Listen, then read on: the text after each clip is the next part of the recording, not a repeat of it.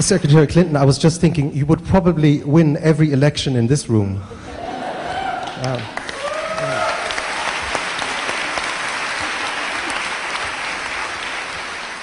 Thanks for making it here and sharing this special moment with us. And I also want to thank you, everybody in the audience, for coming here on this sunny Sunday morning. I greatly, enjoyed reading your book. We just talked about it backstage very briefly. My first question is, your official Twitter profile reads like a short autobiography. And I'm quoting you here.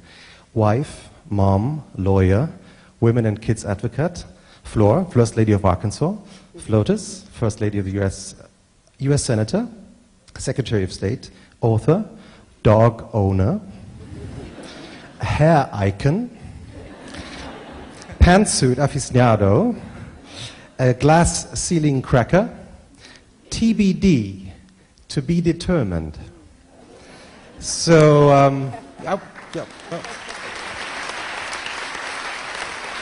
So I'd like to talk to you about most of these aspects of your life, perhaps even about the TBD. Okay, Christoph. Well, first of all, I'm thrilled to be here and thank all of you for coming this morning. I was saying backstage that it's just a delight to see so many people of all ages out on the streets enjoying this sunny day, and I hope that you're not missing too many of those opportunities by coming, but I am delighted to have this chance to talk with you about the book. He reminded me that when I was here in 2003 on my book tour for my autobiography, Living History, you interviewed me. So we'll see how much has changed and hasn't changed in the last years. It was funny because I've been preparing this conversation today. I reread the interview, and you laughed a lot during the interview. And 11 years ago, I asked you, you laughed. What is this laughing about? Is it a weapon, or is it a what is your laughing? Well, it is, I think, in part my appreciation of the opportunity to talk about issues that are important to me, but also my long experience with the kind of absurdity of being in a position like I'm in. In which way? Being asked anything by anybody at any time. Thank you. Yeah. Yeah, thank you. I mean, you got to laugh. And I've been very fortunate that the blessings in my life outweigh the other side of the ledger. So I'm kind of happy that I get to do this and hope that it is meaningful to those who listen. When you actually started writing the book, you apparently had a couple of different titles in mind. And then the Washington Post asked their readers about possible titles. They came up with a list. One of them was It Takes a World. Which one was your favorite from that list? My favorite, and I may have to explain this to some of the men in the audience, there is a device that I'm particularly fond of that you use on your hair. It's called a scrunchie. And it is like a rubber band that is covered with fabric to pull your hair back. And I use them quite often when I have especially longer hair. So my favorite title was The Scrunchie Chronicles, 112 countries, and it's still all about my hair.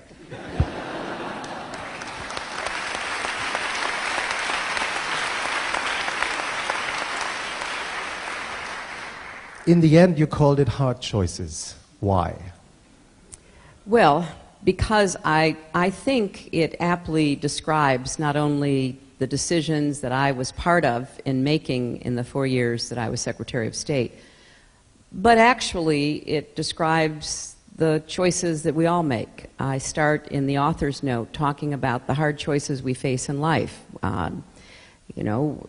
How to get a job, how to keep a job, what to do about health crises when they hit, whether to get married, to stay married, to provide your children a good future. Everybody I know, there may be some exceptions in this audience or elsewhere, but everybody I know has faced hard choices in their personal lives, and it's not dissimilar to what are the hard choices you face in families, communities, and even countries. And I particularly wanted to try to pull the curtain back somewhat on the hard choices, because so often, whether I was in the White House with my husband or a senator from New York or indeed Secretary of State, if you're not involved in the hard choices, they often look like they should be self-evident, much easier than they turn out to be when you're struggling with them on the inside.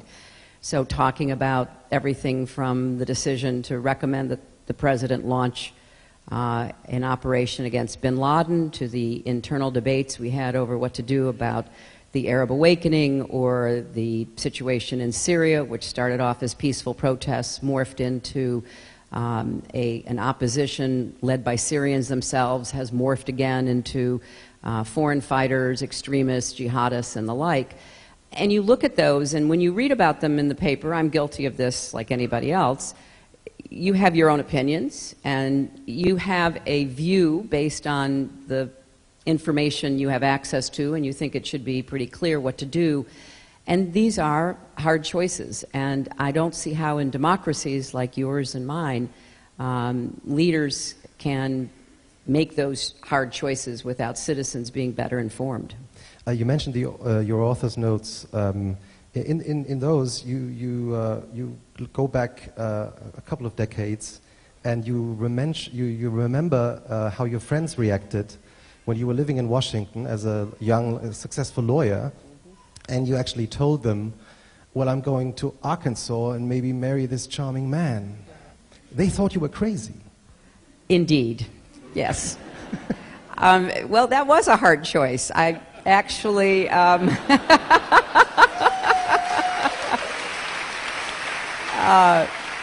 this is a little bit off of the Secretary of State years. It does go back, as Christoph said. But I was at Yale Law School, and I wanted to be an advocate lawyer, in the sense that I wanted to advocate for children and people with disabilities and women and poor people. And I mean, that's really why I went to law school. And I met my future husband there, and he was absolutely clear in what he wanted to do. He was going back to Arkansas. He was going to be in politics. And that just didn't seem to fit in with how I saw my life. And so we dated, and obviously we had a serious relationship, but I just, it was such a hard choice, because I just didn't know whether it was the right choice. And so he would, if he were here, he would certainly be quick to say, yes, he asked me to marry him twice. I said no. And then he said, well, I'm not asking you again until you're ready to say yes. You'll read in the book that's sort of what happened with Barack Obama and me, because he asked me to be Secretary of State. I said no twice, and he said, well, I'm not talking to you again until... But you're not going to marry him. I don't know what it is. I mean, no. Me and these charismatic men, I mean, I do my best to say no, and then I say okay,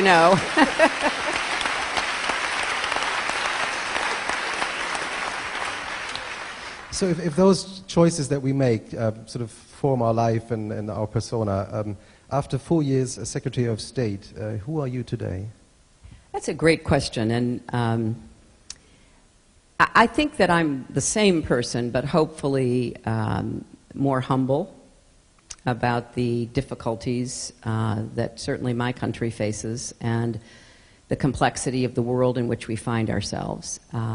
And, maybe a bit more deeply engaged and understanding of how to make hard choices. I say in the book, I made a wrong choice when I voted to give President Bush authority in Iraq. That was wrong and unfortunate.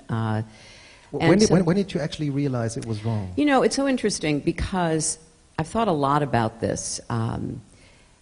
I was a senator from New York on 9/11, and it is very hard, I think, even in my own country, in parts of the country that are far from New York today, to capture the extraordinary feelings and then the sense of responsibility that I felt, because I knew people who were killed, I knew families of people who were killed. I, along with my colleague at the time and still senator from New York, Senator Schumer, were the first civilians to to fly into New York the day after. We were the only plane in the air other than the fighter aircraft. I mean, just to try to capture what that was like. And I had to work very closely with President Bush. 2 days after the attack, I was in the Oval Office with Chuck Schumer saying that we needed a lot of money to recover because we had to rebuild Lower Manhattan, which was devastated. And so on the 9/11 front, I had a very good working relationship with President Bush because actually some of the Republicans in the Congress tried to renege on his promise to me in the Oval Office that we would get the money we needed to rebuild. And I think I just gave him a benefit of the doubt on an issue that was not directly related, but which he felt strongly about. And as I saw what he did, which was not what I thought he would do and how he would do it, but I had voted that way. When I saw what he did, over time I became much distressed and began to oppose certain elements of his continuing support for the actions in Iraq, and then, said that I couldn't, that if we had known then what we knew now, we would not have voted. I found it difficult, to be very honest, to say I made a mistake. And Politicians usually don't like to do it. I mean, nobody does. Nobody does. And I thought a lot about this because I was by 06, 07, very regretful. But for a combination of reasons, didn't actually come out and say it. And, I wanted to make that very clear in this book, that it was a mistake, plain and simple. What was the biggest surprise when you took over the job, the position as Secretary of State? Well, it wasn't necessarily a surprise, but it was a huge challenge. When the President asked me, President-elect asked to see me, and I read about how surprised I was when I did see him a few days after the election, and he offered me the Secretary of State position. I really wanted to go back to the Senate. I was still serving as a senator. I wanted to return. I wanted to support him. I had campaigned hard for him after I left, my primary campaign. And he said then, and he repeated it as he continued to talk with me, leading up to my finally saying yes, he said, look, he said, we have this terrible economic crisis, and we did, and the greatest economic crisis since the Great Depression. And he said, look, I have to spend my time doing that. I mean, that is the primary responsibility that I'm going to be walking into. And yet we have all of these issues around the world. You know a lot of the people. They know you. You have a high profile. You could hit the ground running, so to speak. So when he came into office, and I came into office with him, we had 2 wars, one of which he had promised to end, the other of which he said was not being done correctly, namely ending Iraq, trying to fix Afghanistan, and the economic crisis. And it was daunting, let me say that. It was daunting that the attitude about the United States after the prior 8 years, the economic crisis we found ourselves in, just presented huge challenges. I mean, we were in a very deep hole that we had to dig ourselves out of. And that's what I spent my time doing globally, and he was very focused, and I think did a terrific job. I think what President Obama did on the economy dug us out of that hole. And we're now finally beginning to have our head above the hole, and we're making progress. And I think he deserves a lot of credit, and we tried to work, putting out a lot of different fires all at one time. Talking about the first days in office, I read in your book that there was a moment when some technicians came in and installed a yellow telephone on your desk. It was a secure line? Yes, well, in my office in the State Department, I had actually, trying to remember now, I had 4 phones. And one of them was a direct line to the Oval Office and to the Pentagon and other places. And one was a yellow phone, which was a secure phone, and one was an old variety of a secure phone that for some reasons were used, and then a regular telephone. They also installed the big old clunky secure phone and the yellow phone in my house because of the need to stay in communication literally around the clock. So depending upon who I was talking to, for what reasons, I would use the different phones. And it was, you know, at home especially, when the yellow phone rang, that was always a bit of a jar, because you knew there was a reason why they didn't want to call you directly. You know, we in Germany have made our experiences with secure lines in the last months that I was just...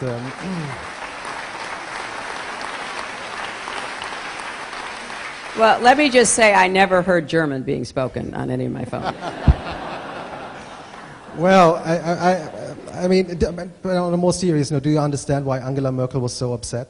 Absolutely. Absolutely. And I also,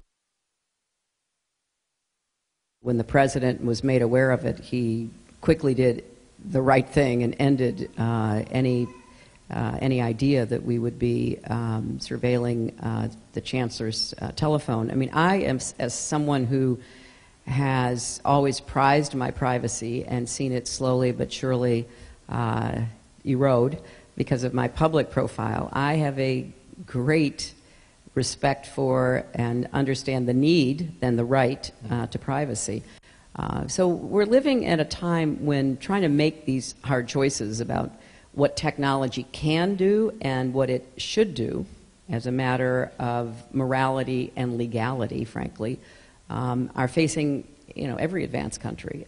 So I think we're in a period where we have to start drawing some lines, and that was a very clear line that had to be drawn. You know, we had this news on Friday that apparently the NSA has hired a German spy from the German BND to spy the Bundestag committee, trying to find out what the NSA did. What's your comment on that? Well, you can imagine how excited I was when no, I was in London and I'm scrolling through the news on my cell phone and I go, what? Oh, great. Where am I going next? Yeah, where am I going next? I would say three things about it. First of all, I know there's a federal criminal investigation that your government here is carrying out, and I know nothing more than what I have read in the press. I think we need to wait to see whatever the facts are, because clearly this is a serious issue. I would also add, however, that I believe so strongly in the necessity of the German-American partnership and friendship, even though I know there have been strains in recent months, both because of the fact that we are economic powerhouses. Europe depends so greatly on Germany's economic prowess, and Germany has done an extraordinary job, in my opinion, in trying to lead Europe out of the economic crisis.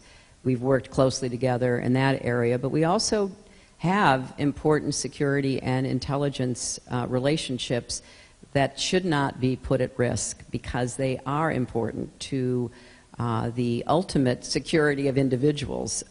And so let's find out what the facts are, and then let's act appropriately, but also try to be careful not to undermine the necessary cooperation that should exist between us.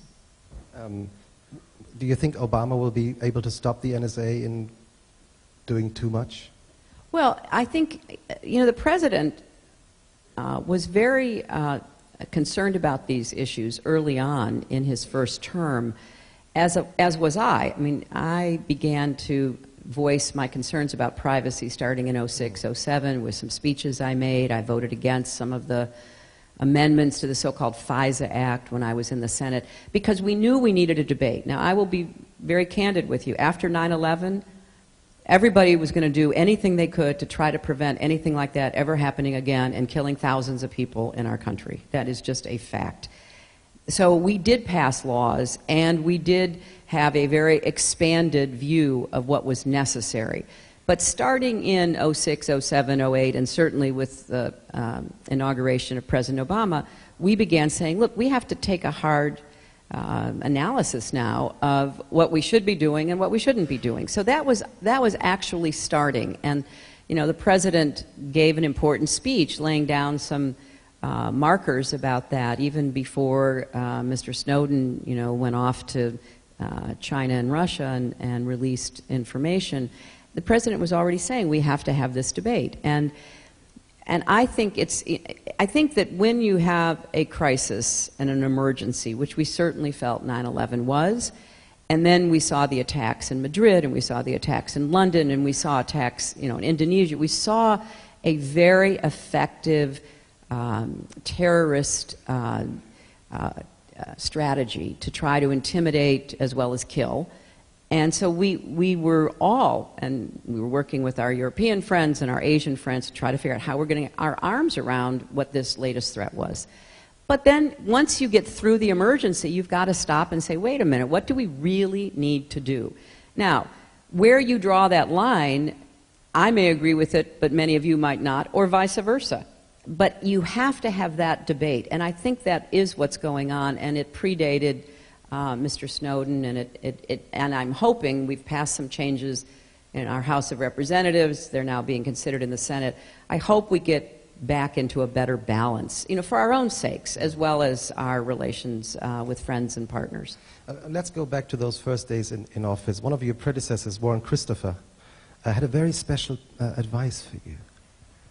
I had a wonderful dinner hosted by my friend and predecessor, Madeleine Albright, who was the first woman to be Secretary of State in the United States.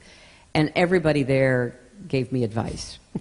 And I appreciated it because I had never thought I would be Secretary of State. That was not on what we call our bucket list. You know, that was not something I had listed there. And Warren Christopher, who has since died, said, well, the best piece of advice I can give you is never plan a vacation in August because something always happens. So I was very conscious of that. Every time I went away in August, I was worried about, oh my gosh, what will happen? And George Shultz gave you a rather surprising present. George Shultz is one of the most remarkable modern Americans. He's now in his 90s. He was Secretary of the Treasury, Secretary of Labor, Secretary of State. He is like a Renaissance man in our government. But he has a wicked sense of humor, and he loves to laugh, so he and I get along very well. And he came to my office with a list of what I should do. And we sat and we talked about it, and it was great because he had good ideas about climate change and, you know, nuclear proliferation and the like. And then he pulls out of a bag this teddy bear. And when you squeeze the paw of the teddy bear, it sings, "Don't worry, be happy." So I kept it in my office, and from time to time I'd grab the paw and I'd be pushing the paw to be reminded what George Shultz had told me. You've been mentioning how Barack Obama convinced you to actually say yes. Is it true that you had to hide in a car because of that? Because it was a secret meeting in Washington? Yeah. Well, this was before that. Right. This was we fought out this really long, hard campaign, and at the end of it, in June, he had won, I had lost, and so I needed to transition from being deeply involved in fighting my own campaign to working for him, and there was never any doubt that I would, because he and I shared so many of the same values and policies, even though we magnified our differences in dramatic ways. But we also needed to sit down and clear the air. There were a couple of things, as I write in the book, that, you know, I just wanted to look him in the eye and talk about. So he had, at the end of the campaign, he had said, we need to get together. I said, absolutely. But we wanted to do it without huge amounts of publicity and cameras, with all due respect, everywhere. So we arranged to meet in the home of one of my colleagues, our colleagues, because he was still in the Senate, Senator Feinstein from California, because she had a house that was sort of set back from the street, and there was a gate, and we thought we could kind of get in and not be seen. But in order to leave my house in Washington, because there were cameras and reporters staking out my house, knowing that there'd have to be some kind of meeting, would Barack Obama come to me, would I go to him? So Senator Obama told his press that covered him in the airplane that flew around, that he had to stay in Washington for some meetings, and he sent the plane off to Chicago, which annoyed the press when they found out what was happening.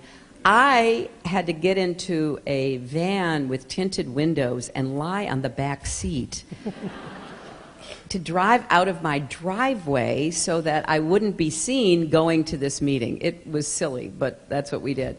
And so we get to the meeting, and as I say in the book, it was sort of like an awkward first date between two teenagers. We're sitting in Diane's living room in wing chairs in front of her fireplace. She gives us both a glass of California Chardonnay. Wine always helps with dates, right? Wine was necessary on that occasion. And we had a very open dialogue about what we had experienced in the campaign, and I raised a couple of issues that I wanted to hear him talk about, and he asked for my help and the help of my husband, and off we went. That's what you also mentioned in the book. You talked about the sexism in the campaign against you. I mean, do you still think female politicians are treated differently? Yes.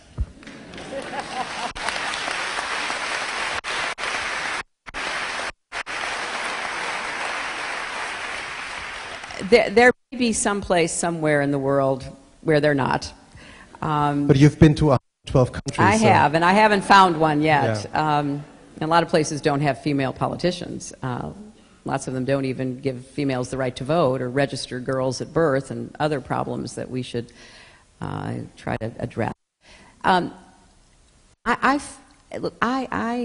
think when you run for office, whether you're a man or a woman, people can decide to vote for you or against you for any reason. I mean, that's your right as a citizen. And sometimes it's a very serious policy difference. Sometimes it's just partisanship, as we would say in our country. You're a Republican, so you would vote against a Democrat, no matter how qualified. And sometimes it's kind of in the trivial category. And I think women are subjected to much more of the trivialization. And that is deeply concerning. And it should be not just to women who run and those who support them, but to our society. It's one of the reasons why I admire Chancellor Merkel so much, is she has steadfastly just moved through whatever kinds of nonsense and double standard stuff came her way, and I've applauded from afar. And when I ran for the Senate, it's funny because the higher you go, the more intense it becomes, but it still is present in lower level races. And there are two big areas where you see the sexism in action. One, anything to do with appearance. It doesn't matter what. And then the other, your family. So are you married or not married? Are you a good mother or not a good mother? I mean, all of this is dragged in. I'm now being asked constantly about what I'm going to do in 2016, and I'll tell you very confidentially, I don't know. But I'm asked all the time. Back to that I know you're going to get there, but I'm preempting it a little bit so that I was asked probably 6 different ways in London, can a grandmother be president?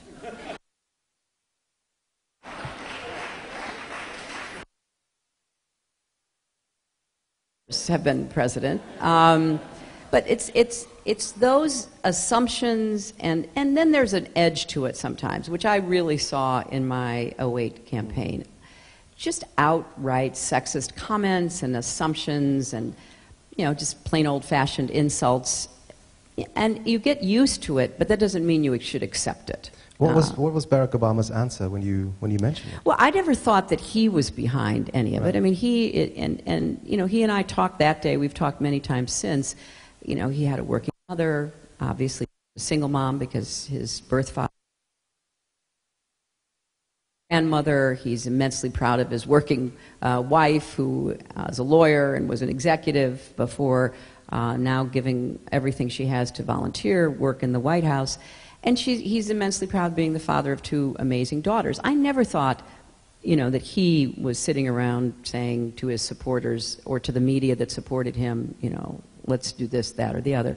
But there was a kind of culture of it, and that's what has to be taken on. Now you've worked very closely with him, and we can become friends.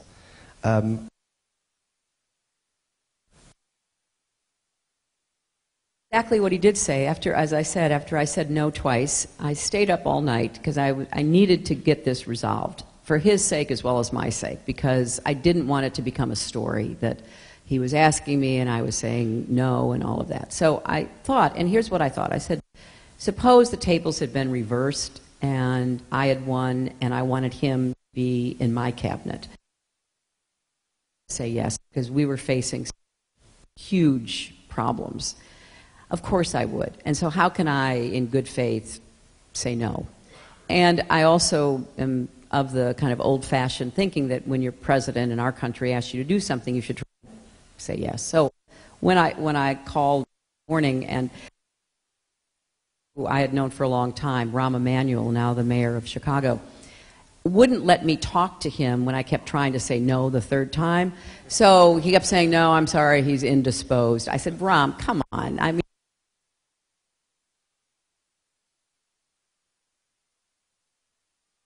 I said, okay, Rahm, I'm ready to say yes.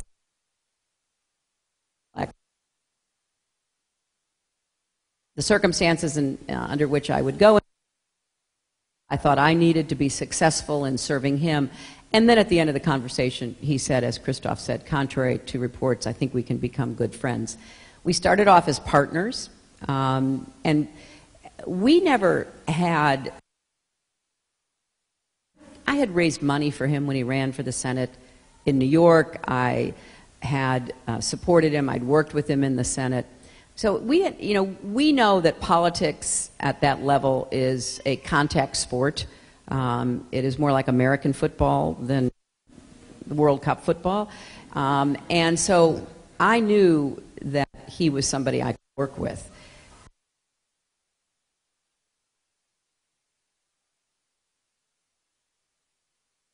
We really did become... I really value that friendship. There was a moment in Prague. Yes. When he was really being a friend. Yeah. Well.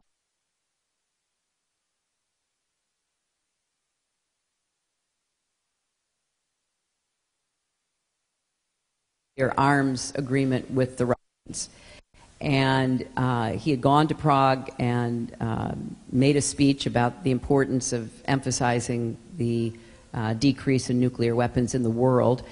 And we'd been meeting all morning, and then we were having more meetings in the afternoon. We'd had a quick lunch in a little side room, and then we were prepared to go into the next meeting. The President said, Hillary, I need to talk to you. And I thought, oh my gosh, what's happened? That's kind of scary.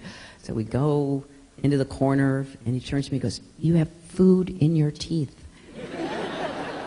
I said, that's a real friend. Thank you very much.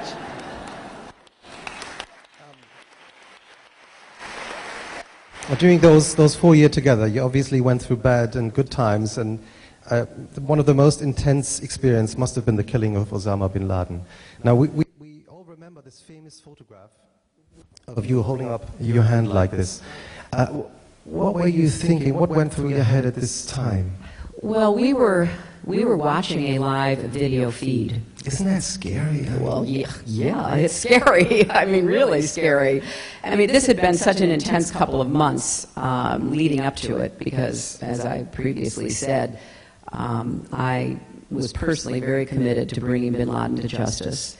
And as a senator, had advocated for it. And when I became Secretary of State, talked with the President and said that I thought we needed to take whatever information we had and redouble our efforts to try to see if we could find him. I went to Pakistan in the fall of 2009 and got into some very contentious conversations with the Pakistani media because everything that happens in Pakistan, in their opinion, is America's fault. Everything. And I listened to it, I absorbed it, I was trying to understand it, I was trying to be effective in responding to it, but it got somewhat annoying over time. Yes, the fact you do not educate your children, the fact that you have terrible health care, the fact that your elite lives really, really well while other people live in abject poverty, on and on. That's our fault. No, it's not. It's your responsibility. And then I said, and I can't believe that nobody in your government doesn't know where bin Laden and Al-Qaeda is. And that was considered very controversial. But we knew he was in Pakistan. And we knew, given the history of the military and the intelligence services there, that they have long ties with terrorist extremist groups. They use them against India. They use them to keep Afghanistan off balance. They use them internally. Fast forward, Leon Panetta comes to see me in early 2011. He was director of the CIA. And he had gone to the president in the fall, and he said, we have our best lead that we've ever had. We want to do some more work on it, but then we want to have a small group analyze the.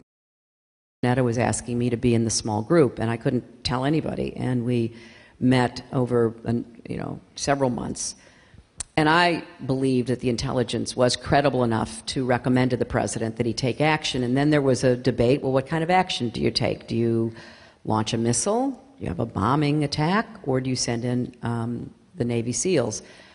And the first two would have had a lot of collateral damage, and we would have never known if bin Laden were in the compound.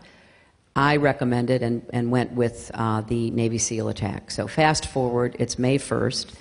And the group that is in the picture, we're crowded into a small room in the Situation Room complex, and we're watching the video feed. We see the helicopters land, and we see one of the helicopters clip its tail on the wall going into the courtyard of the compound. And that was, that was scary, because we knew we had to get in, we had to get out, get back across the border before the Pakistani military showed up. And where bin Laden was hiding was in a military town about a mile from their equivalent of West Point, their military academy, which raises all kinds of issues.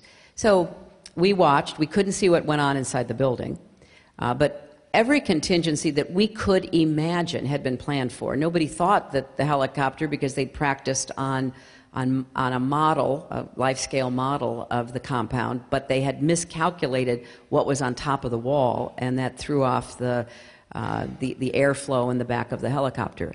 In any event, there were other helicopters on standby. They came in. Once they went into the building, we waited. We got word that they had killed bin Laden, and then they came out.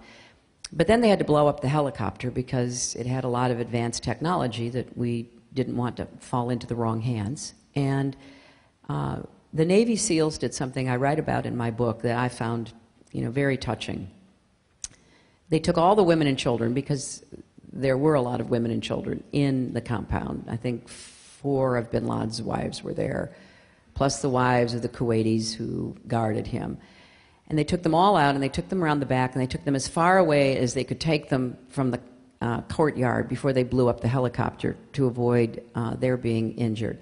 And then they got up and got over the border into Afghanistan, ran DNA, and confirmed what they had visually seen, that it was bin Laden. So it was about the most stressful 30-plus minutes that you can imagine. And it was something that, as President Obama, called around telling former presidents. He reached my husband. He said, well, I suppose Hillary has told you we went after bin Laden tonight. He goes, no, she didn't tell me. And it was that secret, and that's part of the reason why I think it was successful. Bill Clinton has apparently been joking about this ever since, right? Yeah, he couldn't believe I didn't tell him. Looking back on those 4 years as Secretary of State, what would you consider your biggest success? I think there are a number, and obviously I read about them. I think just one. The biggest. That's too hard. I can't do that, Christoph. It's a hard choice. But yeah, hard choice. Well, this is one that has very timely implications because of what's happening with the Israelis and the Palestinians right now. Is that I negotiated a ceasefire that prevented Israel from invading Gaza again in November of 2012, because Hamas was firing hundreds and hundreds of rockets into Israel, and the Israelis were unsuccessful in stopping the rockets, although their missile defense system, called Iron Dome, actually was quite successful in intercepting the rockets, but they kept coming. And I was in Asia with President Obama. We were I'm sneaking in another one. We were visiting Burma, which we had helped to open to the rest of the world by changing our policy, and then we were in Cambodia, and we decided, we had to try to prevent 75,000 Israeli soldiers from going into Gaza and having another war in Gaza.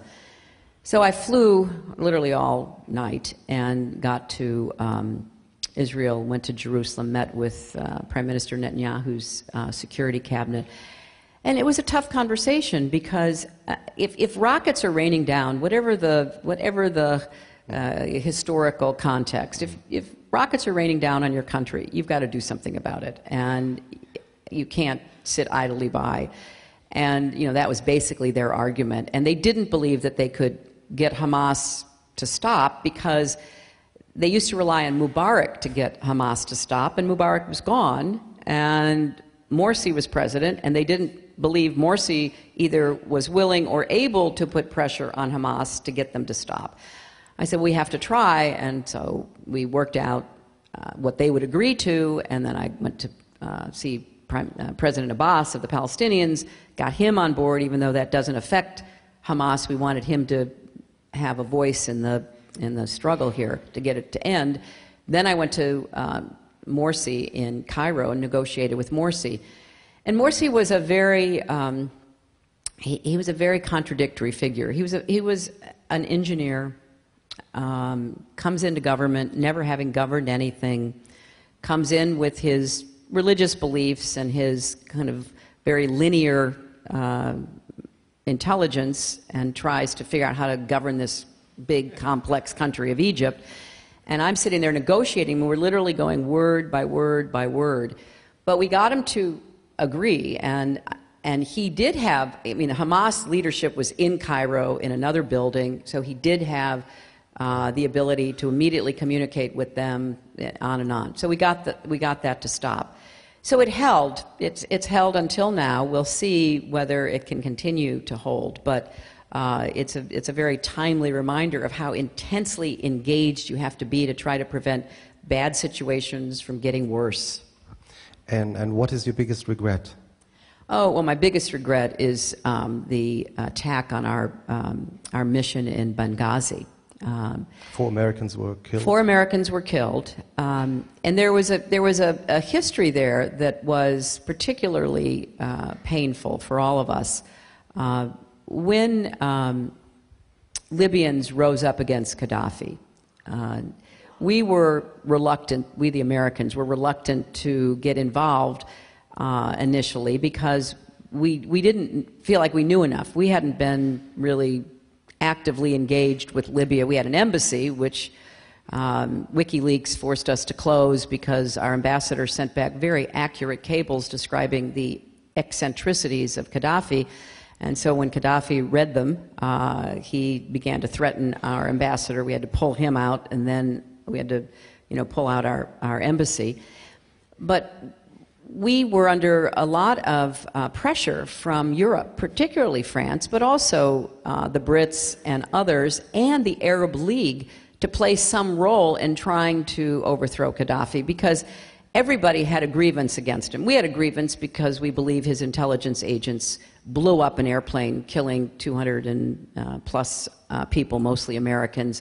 Others had grievances because he'd plotted against them, and so we said, we're reluctant to get involved, but let us look this. And I was responsible for investigating it all. And I met with representatives of the Libyan opposition who were quite impressive in saying, we want a democracy, we want to build institutions. Gaddafi has destroyed everything.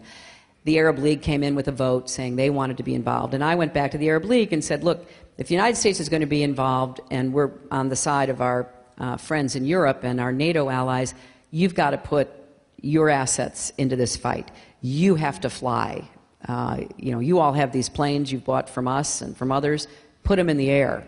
Don't just write a resolution and say you're on board. You have to be in the fight. They agreed. So we had this NATO-Arab partnership. So fast forward, a lot of the opposition to Gaddafi was based in Benghazi, and we wanted to know more about these people, what their thinking was.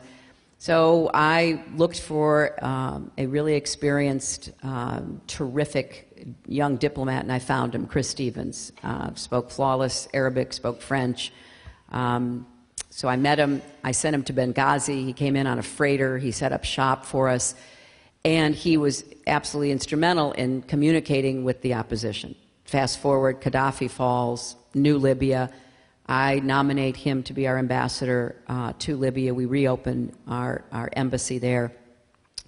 He had an extraordinarily good relationship with all kinds of Libyans, from government to civil society to business across the board.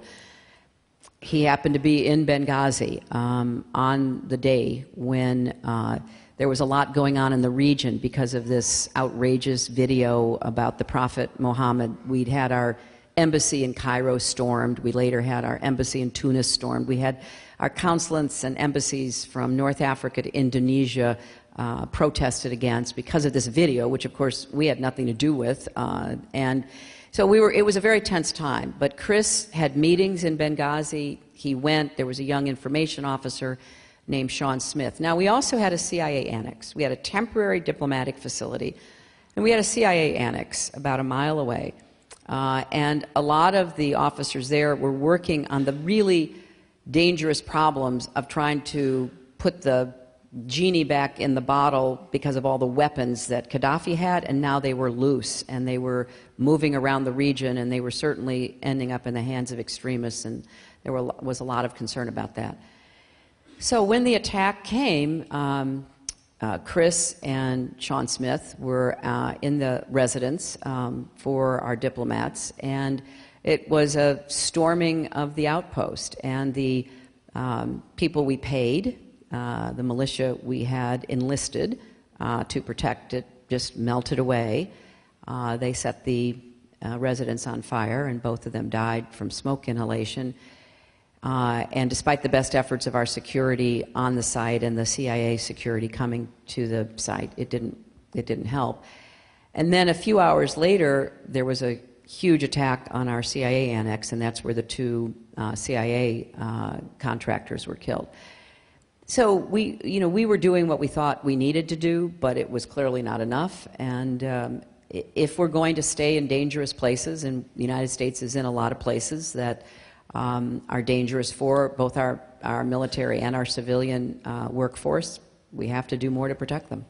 How does one deal with such an incident and the deaths of those 4 Americans personally? I mean, how can you deal well, with that? it was just devastating to me personally. I did not personally know the other 3 who were killed, but I did know Chris, and I've since gotten to know his family. They were very proud of the service he performed.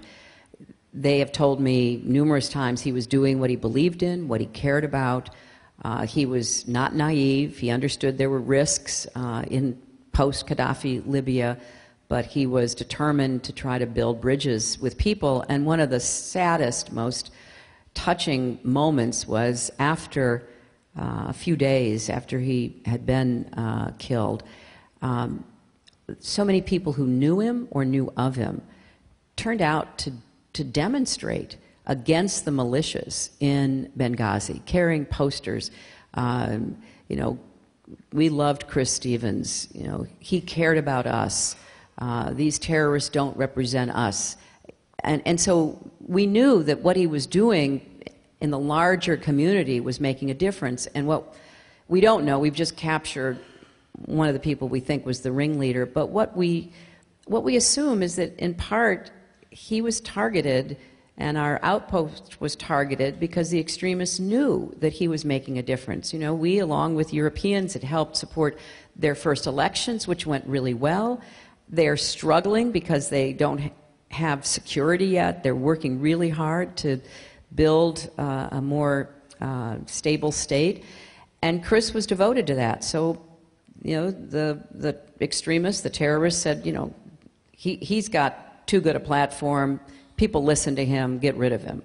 But if you look at the numbers of Americans who have been killed by terrorists who are serving our country abroad over the last 30 years, you know, from Beirut to Tanzania and Kenya to Iraq, Afghanistan, etc., it is a constant reminder that it's not just our military that is put into danger, it's our civilians, our diplomats and our aid workers. And, you know, I care deeply about the work they're doing. I think ultimately it's the most important work America does. And so this was both a personal loss and a setback for our efforts.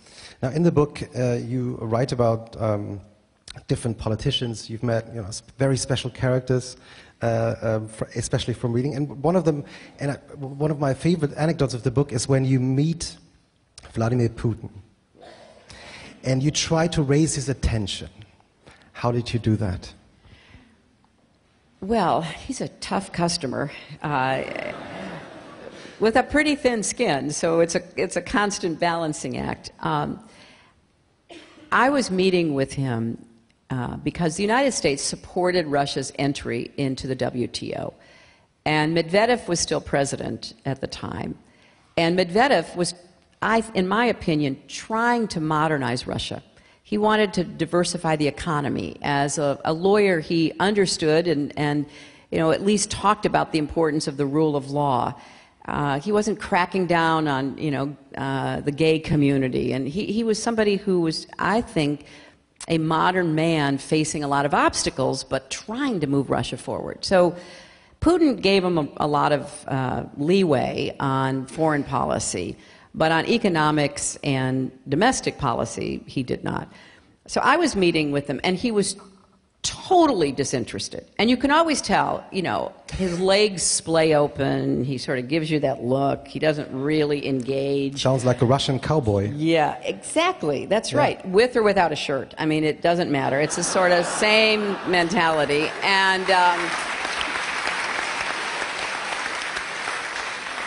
And he had called in the press, and he basically, with me sitting there, had insulted the United States for, you know, 5 minutes. And then we're having our conversation. I thought, you know, this is not going well. But one thing I knew about him is that he has a genuine commitment to wildlife conservation. He has done a lot to try to save the Siberian tigers, to save the polar bears.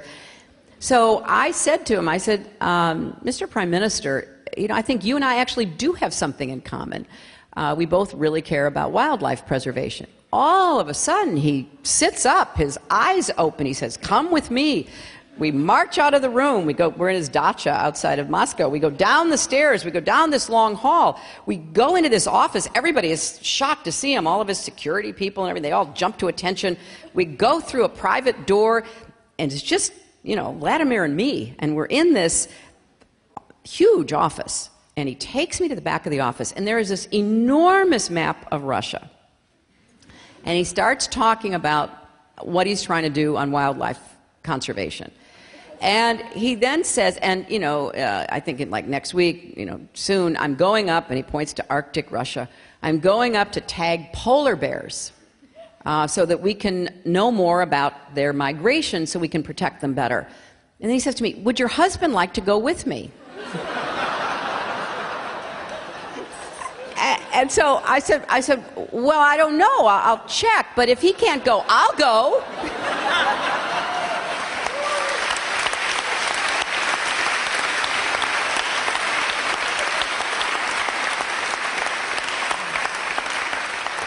And what was his answer? He never got back to me. Now, 20 years ago, you met Angela Merkel for the first time, here in Berlin, I think. And you've been meeting her ever since then. Has she changed since then? Well, I mean, that's more for you to know. I can tell you my observations. I met her when she was a very young cabinet minister. And then a few years later, I saw her again. I think by then she was the head of the party.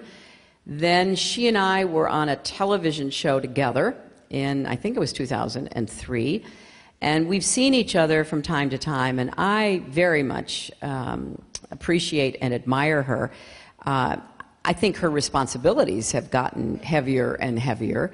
But in our conversations, in our personal times together, she's very open, she's very straightforward. She'll ask the hard questions about the hard choices. She is amused, as I am, about comments concerning hair and clothes. And one of the best gifts that she gave me, because when you're in these positions, and I really identify with this, you know, men have a uniform. You know, we know what it looks like. Yeah, the suit. Yeah. The suit. The suit, thanks. With or without a tie, Yeah, it's the thank uniform. you. And so...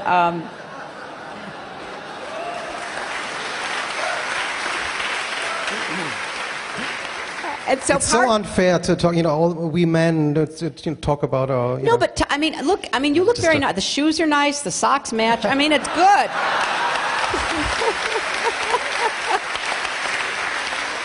So one of the things, as women got into business and politics and other positions, and this was when I was much younger, we were all trying to figure out what the uniform was. And I remember, and some of you may remember of a certain age, we were wearing skirts and white blouses and jackets, you know, that usually matched. It was mostly navy blue.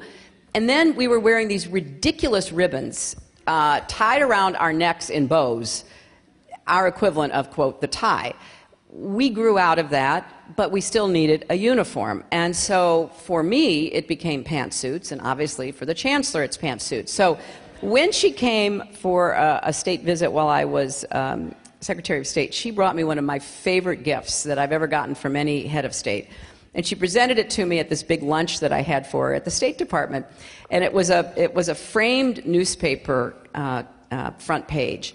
And she lifted the cloth off of it, and our heads had been cut off. And we were standing there, and our hands were identical. You know, the old, what do you do with your hands when you're standing in front of the press? And there are a couple of different options, yes. And so our hands were identical. We had black pants on, and we had slightly different but same color scale jackets. And the headline, as I remember, is, "Who is Angela? Who is Hillary?" So we laugh about that kind of expectation. And I say in the book, I think she is the greatest leader in Europe. I think that she's a great leader globally. I think she carried Europe on her shoulders, and it wasn't easy, making very hard choices about what to do to try to move through this terrible economic crisis. So as you can tell, I consider her a friend, and I'm also a fan. In the book...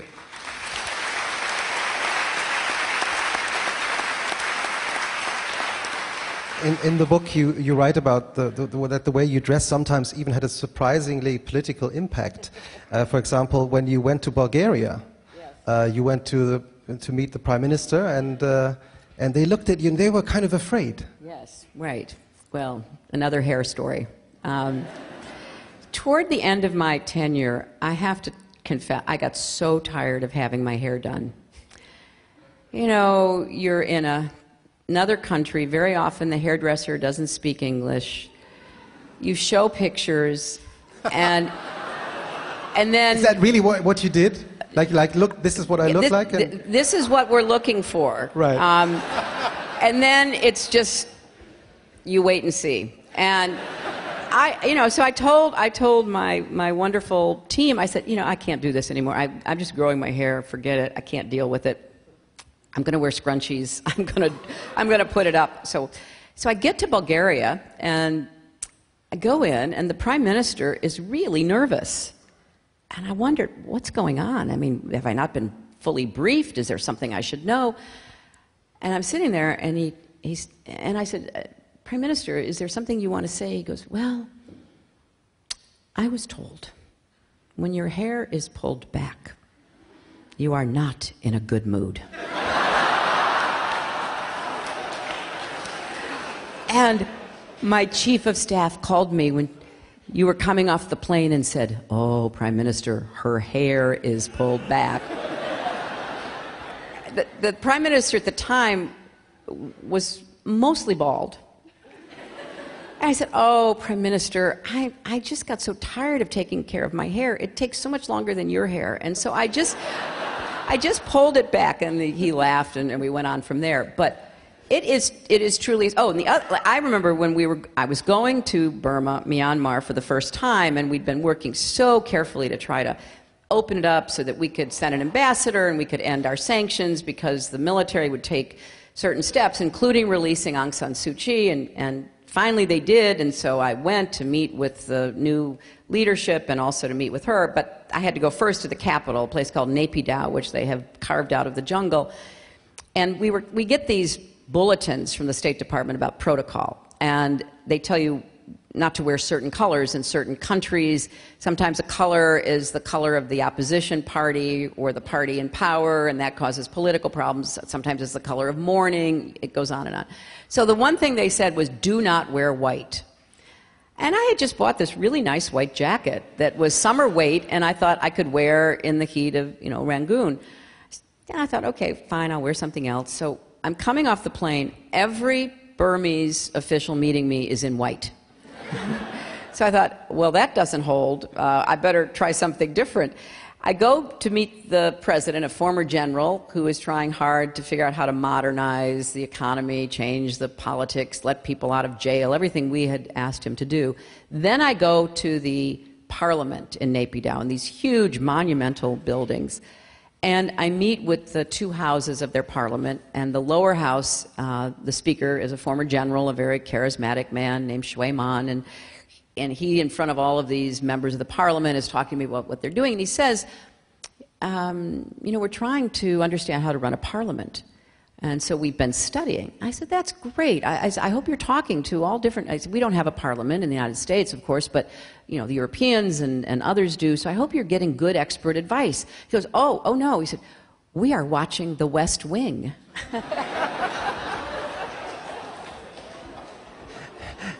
And would you recommend it? Oh, I would. Yeah. Yes, absolutely. If you haven't seen that old series, better in terms of knowing something about the way the American system works, believe me, it's much more realistic than House of Cards. That's what I was going to ask. For many years, you've been very active in supporting women's rights all over the planet. Where do we stand today? I think we stand with the glass half full. When I left the State Department, I joined the Clinton Foundation to work with my husband and my daughter.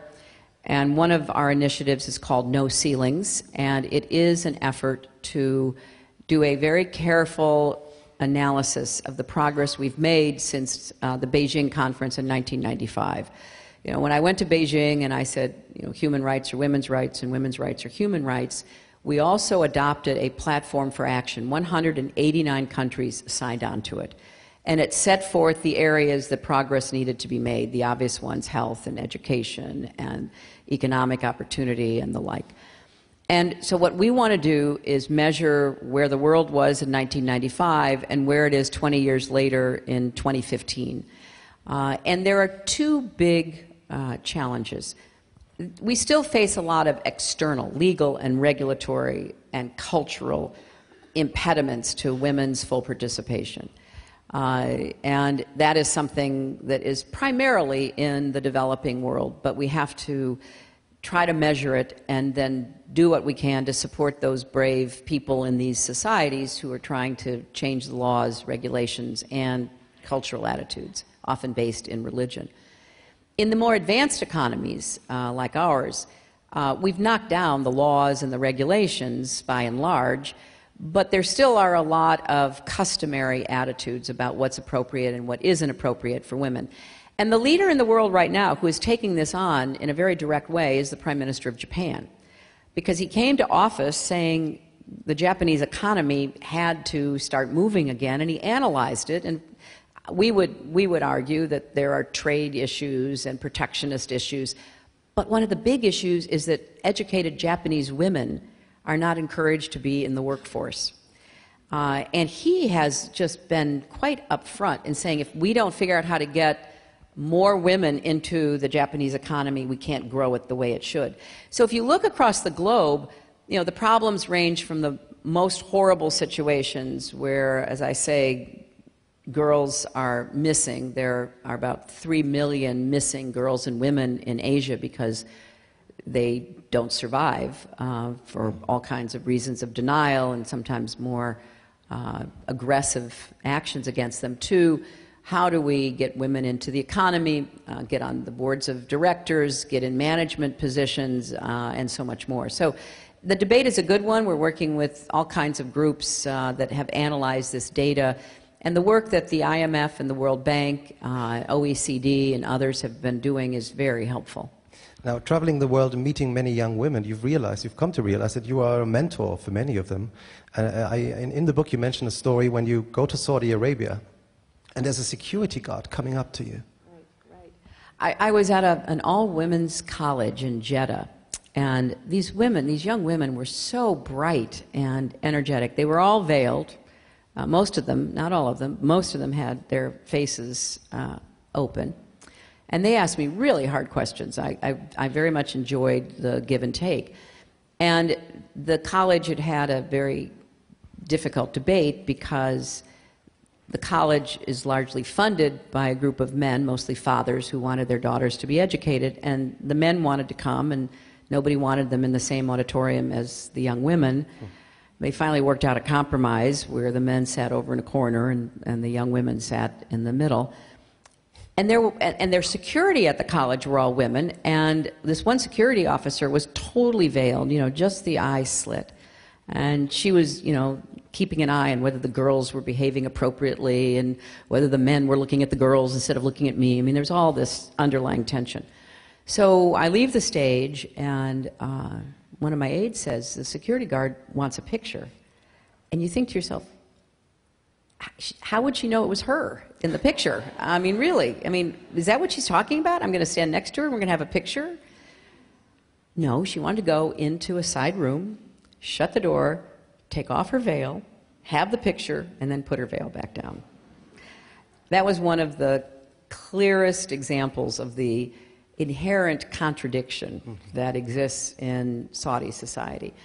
And I saw a lot of that, and I tried to figure out when it was appropriate to be very public in criticizing, even condemning actions in societies that I thought were against women and girls' rights, and when I would use sort of backdoor diplomacy. And I would say to leaders, I will keep this private if you do X, Y, and Z. So it was, again, another one of these balancing acts to try to figure out how to open doors for girls and women and not produce a reaction. I mean, all of these societies that limit the rights and opportunities of women and girls are living on borrowed time. It can't go on. But for how long, we don't know yet. All right. I have one more last question for you. Can you imagine what this question is about? I'm trying. Well, the answer is quite simple. It's either yes or no. So. Okay, I'm trying it in another way. When will you actually decide the date to announce that you're running for president?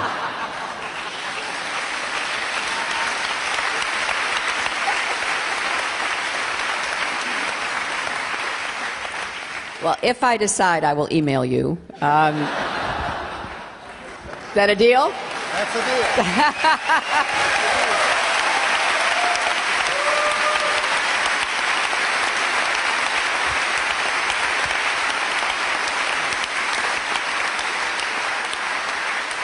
So I only have one very last question. There's rumors that Hollywood is planning a Clinton movie.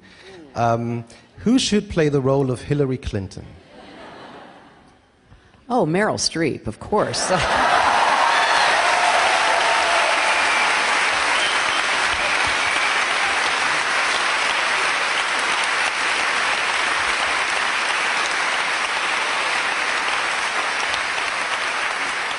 Secretary Clinton, it's been a great pleasure. Thank you so much. Thank you, Christoph. Thank you all very much. Thank you very much. Thank you.